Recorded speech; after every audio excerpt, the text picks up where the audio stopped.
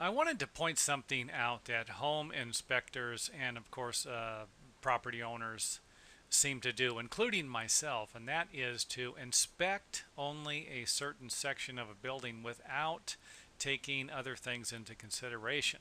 What we're looking at here is a dirty stair tread, and you're kind of you're looking at the bottom. You think, wait a minute, okay, I can understand where the dirt can come from the top of the landing and actually make the first stair tread a little dirtier than the next one.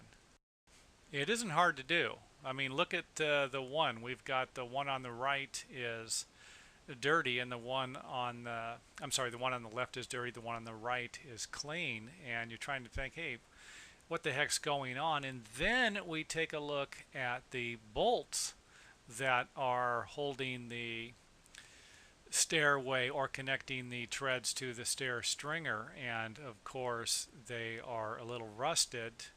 You know, the ones where it's a little dirty, and it gets all understandable. You have more water running down the certain part of a stairway, then you could end up with a little more damage than if you didn't. So all of that makes sense.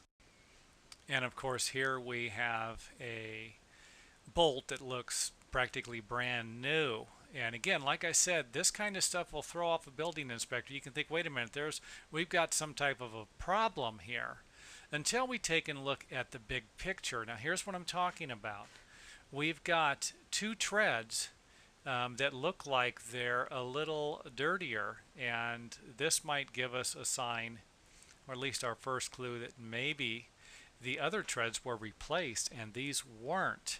And I'll tell you why these treads weren't replaced. It's because the hand railing, the metal bar right there, is actually attached to the concrete tread somehow. So obviously these would have been a little harder to replace. And of course here we are. You look at these, all of the treads in between look like they're new. And you know, there's a good chance that they were actually replaced. And of course, this is the point I'm trying to make.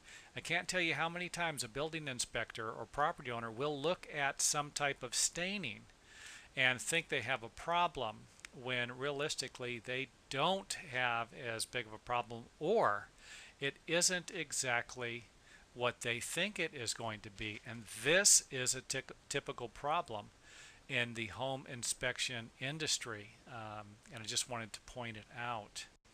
If you're inspecting a property, you can't focus on one thing. You cannot make an assumption that this is what the problem is when it's something else. You've got to take a look at the big picture. And of course, this is the perfect example of what I'm talking about.